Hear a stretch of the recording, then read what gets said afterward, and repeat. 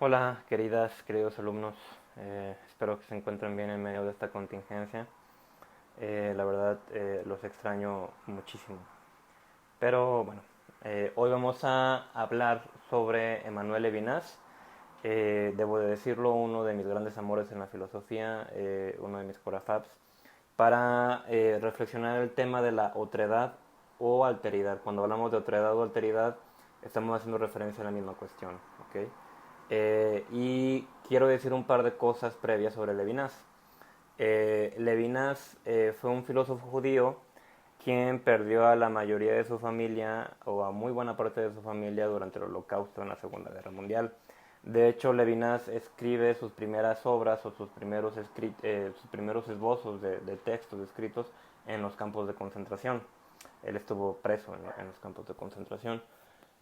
Y la creciente xenofobia y odio de los nazis sobre los judíos desataron y detonaron en Levinas esta preocupación por lo otro. ¿Okay?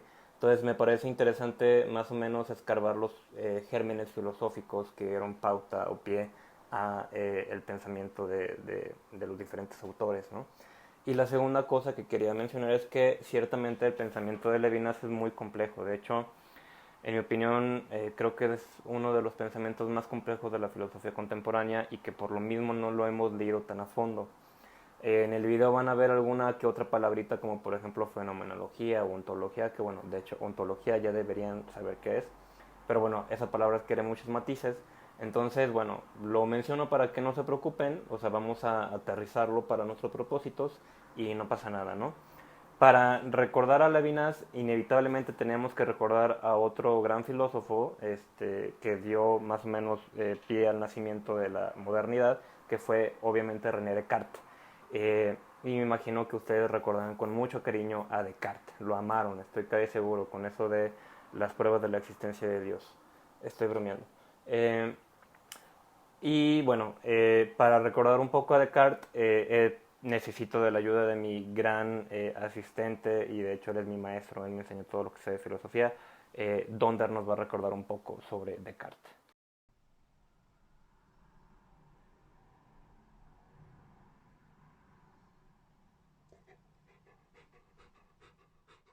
A ver, en efecto, mi asistente es en su grado directo, pero hay que recordar y hay que enfatizar esta noción cartesiana del cogito que es tan importante para la filosofía. Recuerden que Descartes buscaba un pivote o un soporte seguro a partir del cual no pudiéramos dudar para poder hacer filosofía, para poder de hecho hacer cualquier ciencia, ¿ok? Para poder volver a fundamentar el pensamiento. Ese pivote o de soporte lo encuentra en la noción de cogito. Recuerden que esa noción de cogito habíamos llegado por este vato de Descartes había hecho varias pajas mentales sobre de lo que podemos dudar y de lo que no podemos dudar. Se da cuenta de que podemos dudar de todo, excepto de que no podemos dudar de nuestra propia duda. Porque si dudo de mi duda, entonces estaría dudando. Entonces, si dudo, pienso, y si pienso, existo, cogito ergo sum. ¿What? Lo que está diciendo Descartes, en otras palabras, es que todo lo que pensamos, sentimos, imaginamos, vivimos, en suma, toda la experiencia que tenemos del mundo y de la vida y de los demás, de nosotros, tienen sentido porque están referenciadas a esa estructura primaria que es el cogito o que es el yo. Dicho de otra manera, sin ese yo no tendría sentido todo lo demás, como por ejemplo, como cuando vimos en clase que no hay pensamientos, por así decirlo, así volando en medio de la nada, ¿no? Hay un yo que piensa. No hay una noción de amor que sea etérea, así vagando en medio del universo, sino que hay un yo que ama. Nuestros sentimientos, emociones, pensamientos son tales porque hay un yo que los tiene, ¿no? Hay un yo que los origina, por así decirlo. Tan soso como que decir que toda experiencia posible en su vida ha sido posible gracias a que ustedes la han vivido. Sin ustedes no habrían podido vivir todo lo que ya han vivido, por más soso que suene. Sin ese yo, todo lo demás sería imposible. ¿Ok? Así de simple. Eh, Ahora bien, esa manera de concebir las cosas es un poco problemática para Manuel Levinas. Para seguir explicando un poco esto, voy a usar un ejemplo que solía usar mucho en clase, que es a través de un bote de agua, ¿no? Imagínense que ustedes tienen un bote de agua que por sí mismo representa el cogito o el yo. Es la estructura del cogito el bote, ¿ok? Y el contenido de este bote es agua. Y les prometo que es agua, ¿ok? Pero imaginen que en esta metáfora el agua va a representar, como les mencionaba, nuestros pensamientos, vivencias, sentimientos, etcétera, ¿no? La pregunta que haría es, bueno, ¿qué forma adquiere el agua? Pues adquiere la forma del bote. Así de simple, ¿no? Ahora bien, eh, ¿qué forma adquirirían nuestros pensamientos, vivencias, experiencias, etcétera? Pues adquirirían la forma del cogito, adquirirían la forma del yo. Dicho de otra manera, inclusive, todo esto del agua no sería posible o no tendría forma o sentido porque no estarían formalizadas o enclaustradas en el bote o en la estructura del cogito o del yo. ¿Ok? Ahora bien, eh, esto es problemático, como le decía para Levinas, porque la pregunta que Levinas se hace, o sea, el pensamiento de Levinas se podría resumir en una pregunta y en una manera de preguntar la pregunta. La pregunta sería, ¿quién es el otro y cómo puedo relacionarme con él? Ahora bien, imaginen que tratamos de responder a esa pregunta, ¿quién es el otro y cómo me relaciono con él? A través de este ejemplo que de hecho trata de mostrar un poco lo que Descartes diría del asunto, ¿no? Imaginen que esta es la estructura de mi cogito, ¿ok? Pero, de hecho, esta es la misma estructura de cogito para todos los demás. O sea, imaginen que tienen este mismo bote de agua con ustedes y que estamos comparando mi bote de agua, por así decirlo, o mi estructura de cogito con la suya. Yo soy yo y tú, querida, querido, quien está viendo el video, también es un yo. Entonces tenemos el bote del yo y el bote del yo, que es el tuyo, imaginemos, ¿ok? Entonces, un primer acercamiento que tendríamos que preguntarnos es, bueno, ¿quién es el otro? Más o menos en esta noción cartesiana y metafórica del asunto es, bueno, pues a lo mejor si nuestro bote es similar, o sea, si la estructura pues es parecida, esto es un yo y el tuyo también es un yo, pues a lo mejor lo que podría diferenciarnos es el contenido, ¿no? Lo que está adentro del bote o lo que está dentro de la estructura del cogito o del yo. Mis pensamientos, vivencias, emociones, pues por así decirlo, son muy diferentes a las que tú has tenido. Y yo soy yo, ¿sí? Y tú eres tú tienes tu propio yo con otro tipo de contenidos. A lo mejor tus vivencias han sido seguramente diferentes a las mías, ¿sí? Hasta ahorita, eh, Levinas o sea, Levinas arremete contra Descartes y de hecho contra muchos, ¿no? Si yo quisiera tener una idea de ti, bastaría con, por ejemplo, tratar de poner, por así decirlo, tus contenidos dentro de mi bote. Pero ¿cuál es el peligro de eso? Que ahora la tasa o el parámetro para medir esos contenidos es mi bote, es mi yo, por así decirlo. Si yo meto la idea de ese otro a este bote, se va a quedar enclaustrada en el yo. Y eso es precisamente contra lo que va a luchar Emmanuel Levinas. Emmanuel Levinas va a decir, es que esta manera de concebir la relación con el otro, lo único que hace es subsumir todo lo otro de los otros o de los demás en las categorías de mi cogito o de mí mismo. Y eso para Levinas es en extremo problemático. Esto lo vamos a explicar a través de dos esquemas o categorías. La primera categoría de esquema se va a llamar el mismo y que básicamente es todo esto que estoy diciendo. Y el segundo esquema lo vamos a llamar el otro o lo otro. Y que es donde Levinas más o menos empieza a cuestionar y a exponer parte de su pensamiento, ¿no? Para explicar este primer esquema de relacionalidad que Levinas denomina el mismo, me parece pertinente volver a hablar y traer a colación la pintura Narciso de Caravaggio, que estudiábamos el semestre pasado cuando cotorreábamos acerca de Descartes.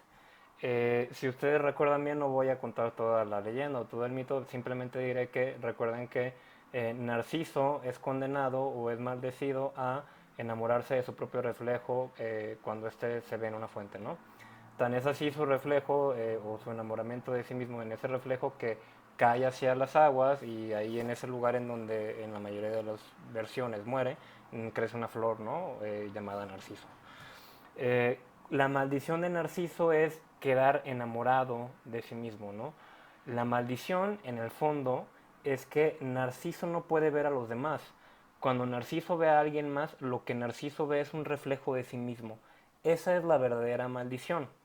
Como podrán ver en la pintura de Caravaggio, Caravaggio más o menos ahí juega con el reflejo de Narciso, haciendo que el reflejo de este tenga pues algo así como un tono, como una calavera, ¿no? O sea, es un reflejo que no es fidedigno al original de Narciso, pero la maldición consiste precisamente en no ver a nadie más que a sí mismo, ¿no?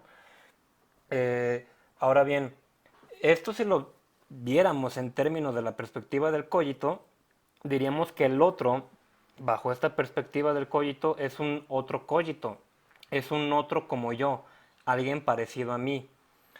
Dicho de otra manera, bajo la perspectiva del cogito, lo que tenemos es el reflejo de Narciso. Cuando vemos al otro, lo único que vemos es un reflejo de nosotros mismos, ¿no? En este sentido, cabría preguntarnos que bajo si este sistema de relacionalidad estamos considerando verdaderamente la alteridad del otro, o es solamente cuando mucho un reflejo de nosotros mismos, ¿no? El problema aquí es que si yo digo que el otro es alguien parecido a mí, alguien como yo, el otro es un otro yo, pues a fin de cuentas a quien estoy escribiendo es ese yo, a esa última estructura que llamamos cogito, ego o yo, como pueden ver en el siguiente esquema. En este esquema, lo mismo que les he dicho hasta ahorita, se podría ver gráficamente de la siguiente manera. En los polos tienen, por así decirlo, a dos cógitos que cuando se ven, lo único que obtiene el uno del otro es una imagen de sí mismo, ¿no? Un cogito ve al otro como un otro como él mismo, ¿no? Eh, Cuando digo cogito, yo o ego, básicamente estamos hablando de la misma estructura, ¿no? Ahora bien, este tipo de relacionalidad, como pueden ver aquí, tiene estas palabritas un poco tricky que les mencioné al principio del video, que es ontología, epistemología, fenomenología. Todas esas palabras las usa Levinas para mencionar que este tipo de estructura lo único que hace es reducir al otro a alguien como yo o a un otro yo. Y eso es cancelar o es, por así decirlo, obturar la relación con el otro. Y esta relación es lo que Levinas denomina el mismo. El mismo sería entonces esa categoría que engloba o reduce al otro bajo una misma versión o perspectiva, la del cogito, la del yo o la del ego. A ver, para tratar de entender lo anterior con más simplicidad, tratemos de poner ejemplos de la vida diaria, ¿no? Eh, por ejemplo, ¿nunca les ha pasado que imaginemos que nos está cargando la vida, ¿ok? Nos está yendo muy mal. Eh, ustedes quieren contarle a alguien, a algún amigo o algún compa que tenga, no lo sé, que la vida está yendo muy mal y que todo está pésimo, ¿no? Y ustedes van con esa persona, se toman un café, no voy a dar mis ejemplos usuales, eh, tú le empiezas a contar a esa persona lo que te pasa, ¿no? Y de repente esta persona te dice algo así como, ah, no, pues es que ya seguramente te está pasando esto por esto. O es que tú eres de tal manera, obviamente te van a pasar ese tipo de cosas. O ni siquiera le has terminado de explicar bien lo que se está pasando y ya te está diciendo algo así como, ah, mira, yo en tu caso, yo hubiera hecho esto o yo lo resolví de tal manera, ¿no? Y a mí una vez me pasó igual, ¿no? Eh, no sé qué han sentido ustedes con este tipo de personas.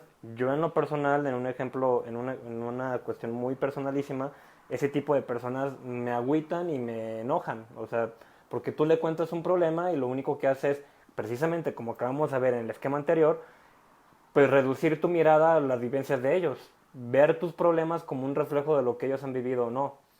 Y esa es un poco la cuestión que Levinas está diciendo. Reducir al otro a lo mismo, es decir, es ese compa que cuando te escucha, pues en realidad no te está escuchando, lo único que está diciendo es, te está hablando de él, a final de cuentas, ¿no? Es el mismo ejemplo.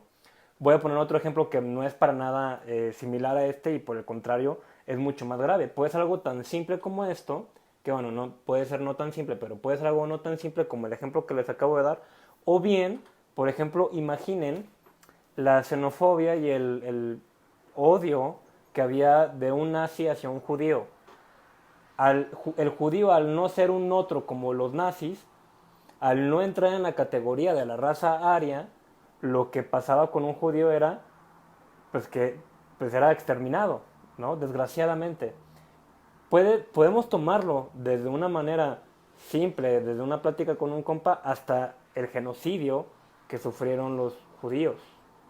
Y Levinas diría que en uno y en otro caso, la estructura del mismo está actuando. El otro se está viendo reducido y se está viendo sometido a lo mismo. Y Levinas, por ende, trata de buscar otro tipo de relaciones. ¿Se acuerdan esas palabras que decíamos de ontología, epistemología, fenomenología? Bueno, Levinas va a tratar de preguntarse, bueno, si esta no es la manera de relacionarme, de relacionarme con el otro, ¿cuál será? Y lo vamos a ver con el siguiente esquema de lo otro. Para explicar, empezar propiamente ahora el esquema del otro, según Levinas, me voy a valer otra vez de mi ilustrativo bote de agua. Recuerden que hablábamos de este bote de agua como si fuera o representara al cogito mismo o a la estructura del yo, ¿ok? Y que, o ya propiamente a lo que Levinas, como decíamos, llama el mismo, ¿ok? Recuerden que hablábamos de una pregunta muy importante para Levinas que era ¿quién es el otro y cómo puedo relacionarme con él? Si respondiéramos a esa pregunta, como vimos en este video previamente, a la cartesiana, uno podría decir, bueno, pues el otro sería aquello o aquel que puede caber perfectamente en el bote del cogito o del yo y que será por lo tanto juzgado, visto a través de la forma del bote, a través de la forma del cogito del yo. Cualquier cosa que el otro diga, haga o lo que sea y lo metemos aquí, ahora va a ser visto bajo la forma de este bote, que es el bote del cogito o el bote del yo, ¿ok? Dicho de otra manera, reduciríamos al otro a un otro como yo, ¿ok? Dentro del bote. Levinas está en contra de eso, como les decía, y ¿qué es lo que pasaría si ustedes tratan de meter la noción del otro al cogito? Levinas da tres opciones. La primera es que pasaría como, de hecho, si no sé si recuerden, pasaría que el bote se desparramaría, o sea, la noción del otro, la idea del otro haría que esto se quebrara, ¿ok? Básicamente. Esa es la opción A. La opción B es que llega Dios y lo salva todo. Y la opción C es que ¿dónde eres el ser más bello de todo el universo? Obviamente es la opción C, pero dejando de lado mis burradas, no va a venir Dios. Ojo, esto no quiere decir que Dios no sea importante para Levinas, de hecho es central en su pensamiento. Recuerden que decía que era un pensador judío. Y bueno, vamos a hablar de eso o lo vamos a dejar en stand-by, pero precisamente como ustedes bien se imaginaron, pasaría la primera opción, la opción A, que la noción del otro haría que este bote literal se quebrara o haría que se desparramara todo lo que hay dentro de él. Dicho de otra manera, el otro quiebra, excede al cogito, ¿ok? Algo muy parecido a las pruebas de la existencia de Dios que veíamos el año pasado. Que de nuevo, Levinas no está hablando de Dios en este sentido, ¿eh? A pesar de que Dios es importante para él, filósofo judío, no está hablando de Dios de esta manera, ¿ok? De hecho, lo único, ni Levinas no quiere probar la existencia de nada ni de nadie. Lo que Levinas está diciendo es que si tomamos en cuenta nuestra perspectiva de cogito o de yo o de ego, jamás vamos a poder comprender al otro. Y que por el contrario, el otro va a exceder al bote de agua o va a exceder al cogito. Va a quebrar en este sentido nuestro solipsismo. Una persona solipsista es aquella que está ensimismada consigo misma y que vive en su mundo. Recuerden que el solipsismo es la creencia de que solamente mi mente existe. ¿Quién quiebra el solipsismo? Sería el otro para Levinas. Ahora bien, tomando en cuenta este esquema de el otro, tomemos en cuenta primero, como mencionábamos en el esquema anterior, los polos, ¿no? Esos dos personajes que se ven representados ahí, que entran en relación, lo sé que mis esquemas y mi letra y mis dibujos son excepcionalmente bellos, pero lo primero que podemos notar es que el otro, o sea, uno a uno ya no considera al otro como un otro como yo, como veíamos en la perspectiva del cogito. Como pueden ver, eh, lo que traté de representar ahí fueron, por así decirlo, el pensamiento de cada uno y cómo al entrar en relación ese pensamiento se veía quebrado, por así decirlo. Ahí como dice, el otro desborda el pensamiento y quiebra el solipsismo, ¿no? No puede haber representación posible del otro como un otro como yo. Lo que hay es hay excedencia, un quebrantamiento, pero no puede haber una representación completa del otro, ¿no? Por eso, a diferencia de la relación ontológica, epistemológica o fenomenológica, como en el esquema anterior, en este esquema la relación es ética y es lo que Levinas denomina cara a cara.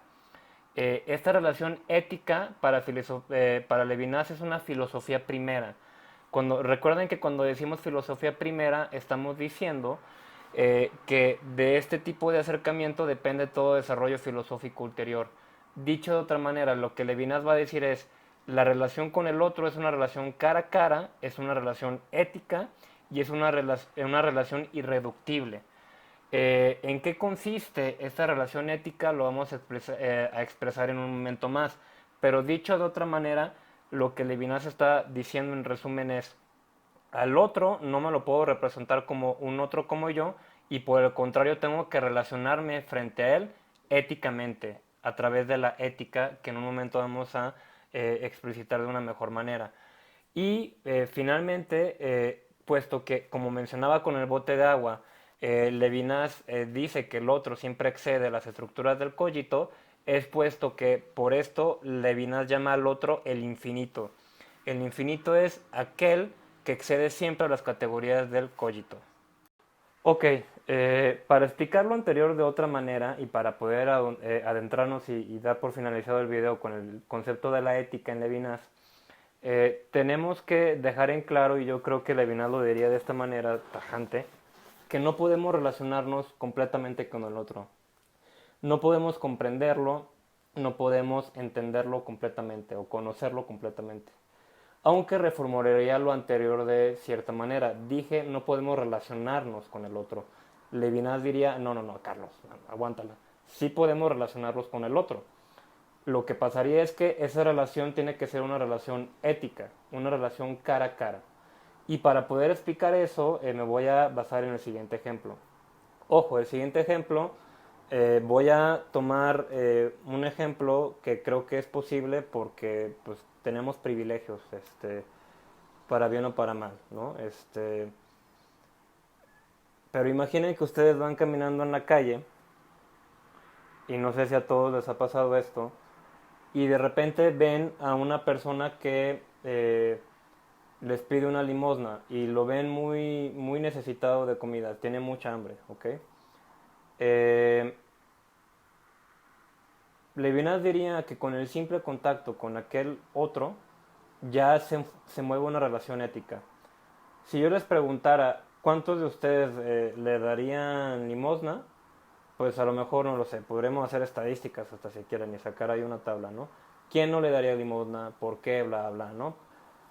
Pero imaginen, por ejemplo, que ustedes le dan una limosna a este señor y descubren que los ha timado y que en realidad no necesitaba de esa limosna porque de repente lo ven algún día vestido de otra manera y se dieron cuenta que pues nada más se disfraza, por así decirlo, para, para pedir dinero, ¿no? O imaginen que por el contrario no le dieron la limosna a este señor y otro día pasando por ese mismo lugar en la calle se encuentran con que el señor está sin vida, ¿no? Si se fijan en uno, soy muy extremista, lo lamento, pero si se fijan en uno y en otro caso, no hay una respuesta o una pauta previa para saber cómo le vamos a responder al otro. En este caso o en este ejemplo, el Señor es el otro, ¿ok? Y lo que Levinas está diciendo es que la relación cara a cara, la relación ética, no es una relación de entendimiento, de comprensión, no es una relación que se dé bajo las categorías del cogito, porque eso Levinas es contra lo que se está peleando. Lo que Levinas dice es la relación cara a cara, la relación ética, es el simple contacto con el otro, pero no es un simple contacto, es la afectación que el otro provoca en mí, ¿ok? Cuando tuve contacto con este señor, pude haberme afectado de tal manera que quise darle limosna, o a lo mejor no, o a lo mejor podemos decir que cuando tuvimos ese contacto o encuentro con el otro, de hecho no nos afectó en nada, y de hecho fuimos muy indiferentes. Pues Levinas diría que esa indiferencia es inclusive una respuesta al encuentro con el otro. una afectación, si se quiere decir así, en sentido negativo. Ser indiferente sigue siendo una afectación del otro, ¿eh? Pues respondo con indiferencia, pero precisamente respondo porque me afectó o porque entré en contacto con el otro. La indiferencia es también una respuesta. Y precisamente eso es lo que va a decir Levinas. Cuando preguntamos qué significa la ética, no quiero que pensemos, amigas, amigos, en una serie de normas o imperativos morales, como por ejemplo a la manera kantiana de un imperativo categórico, para nada. O sea, la ética no es una serie de normas o no es una normativa a seguir en Levinas. Por el contrario, la ética implica una relación de responsabilidad infinita. Y esto suena muy contradictorio porque justamente les acabo de decir así como que no hay imperativos morales y acabo de decir que hay que ser responsables con el otro, ¿no? Entonces, como, ¿qué diantres, Carlos, no? O sea, decídete, ¿no? Pues bueno, voy a matizar un poco más. Esta responsabilidad infinita consiste en responderle al otro, así de simple. Soy responsable a medida en que respondo al otro. En el ejemplo que les di, tanto fui responsable, por así decirlo, habiendo dado dinero o no. Ojo, fui responsable en el sentido de que respondí, pero eso no implica que haya tenido una certeza previa de si mi acción hacia ese otro era válida, ¿sí? Como puse en esos ejemplos, puse cada uno un contraejemplo. Imaginen que le dabas dinero y el señor te das cuenta que te ha timado. O imagínate que no le das dinero y te das cuenta que era lo que más necesitaba en el mundo, ¿no? De una u otra manera tú respondiste, ¿ok? Y si hubiera una tercera, cuarta y quinta opción, tú hubieras respondido. Puesto que no hay ninguna opción correcta, puesto que no tienes a priori, como veíamos con Kant, como no hay una a priori aquí, lo único que tienes es que, o sea, precisamente por eso te haces más responsable. Si esto falla y esto falla, pues eso hace que tu responsabilidad crezca todavía, ¿no? Y, a ver, esto de qué significa la responsabilidad infinita para con el otro, que es la ética, tiene dos vertientes, el cómo y por qué. O sea, cómo es que somos, por así decirlo, responsables de los otros y por qué, ¿no? Lo voy a decir así, el cómo, por así decirlo, no implica, como les mencionaba, una norma, ¿ok? No implica, por así decirlo, un imperativo, ¿no? Porque si ponemos imperativos y normas, vamos a volver a caer en este juego del mismo, ¿no? De tasar al otro, todos deben actuar de tal manera, ah, bueno, pues eso es para ti, ¿no? Y eso es tasarlo bajo tu propia perspectiva, ¿no? Y sería volver a caer en el mismo, ¿no? Como les mencionaba, cómo somos responsables no lo sabemos. O sea, tenemos que responder y puesto que nuestras respuestas al otro siempre son impredecibles, nunca llevan certeza, por ende solamente podemos saber si nuestra responsabilidad se vio cumplida a posteriori, ¿ok? Ya una vez que hayan pasado los acontecimientos. Pero puesto que eso nunca es certero, Levinas dice, no, no, no, pues entonces si nunca hay certeza, por lo tanto, siempre eres responsable, ¿no? Y la segunda vertiente, que es el por qué, y como por qué somos responsables del otro, Levinas diría, bueno, o sea, tú puedes no hacerte cargo de eso, ¿no? Pero el no hacerte cargo es ya una respuesta al otro, como veíamos. Esta indiferencia es ya una suerte de respuesta. El por qué, Levinas diría, porque el yo que soy, o sea, hay un yo diferente al yo del cogito o del ego, ¿no? El verdadero yo, si lo queremos ver así, es aquel que da cuenta de sus diferentes encuentros o alteraciones que ha tenido con el otro, ¿sí? El yo no es una estructura indiferente y fría, gélida, en el cual se articula la experiencia. No, el yo es este yo concreto que ha sido afectado por el encuentro con el otro, ¿ok? Y es este yo que se ha quebrado, que ha quebrado su solipsismo y su cogito por ese encuentro, ¿ok? Mientras más respondo al otro, mientras más responsable soy, más asumo quién soy yo y más auténtico soy yo. Lo voy a decir así, mi yo, el yo que soy yo, este yo concreto, es la suma de experiencias y encuentros que me han dejado los encuentros con el otro. Lo voy a decir de una manera muy simple. Tú eres la suma de todos los encuentros que has tenido con alteridad.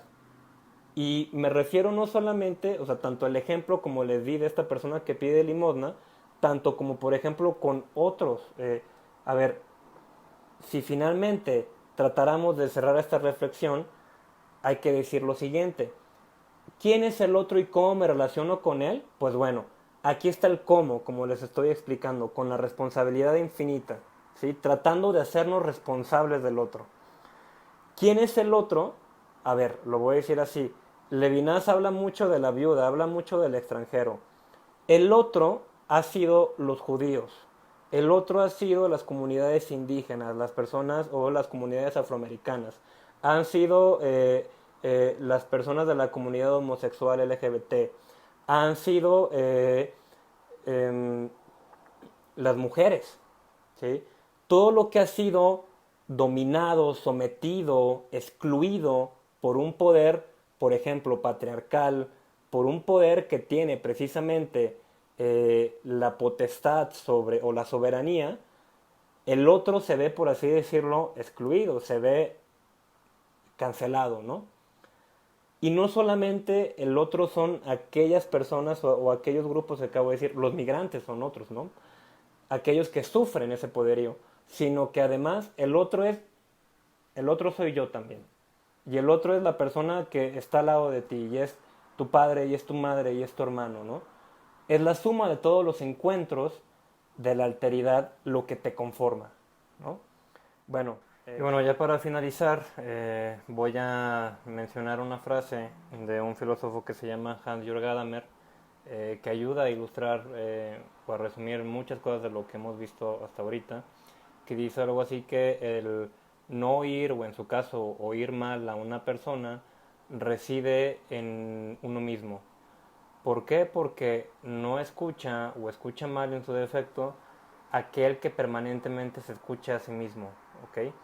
Menciono esto porque ilustra muy bien esta última idea de que nosotros somos la suma de conjunciones y de encuentros que hemos tenido con el otro. ¿Por qué es que el otro nos dice más de nosotros mismos?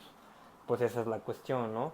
Cuando tú estás muy seguro de tus propios parámetros, no hay duda alguna, jamás la habrá. Pero por el contrario, cuando un otro llega y te quiebra el suelo, te quiebra el mundo y te hace ver las cosas de otro modo, es cuando te descubres más a ti mismo, ¿sí? Aquella persona que siempre se escucha a sí misma, que siempre está metida dentro de sí misma y que por ende no tiene tanta capacidad de empatía hacia el otro, pues muy difícilmente se va a dejar decir algo por él. Pero la cuestión es precisamente esta, que el otro siempre te puede decir algo nuevo, algo que no sabías o más profundamente algo que tenías que escuchar. Tratando de decirlo de una manera poética, yo soy yo y los otros que me han habitado, ¿no? Les mando un fuerte abrazo, y los quiero mucho, los extraño mucho, por favor, cuídense mucho, ¿ok? Cualquier duda lo vamos a platicar, ahí les voy a dejar las instrucciones. Un abrazo.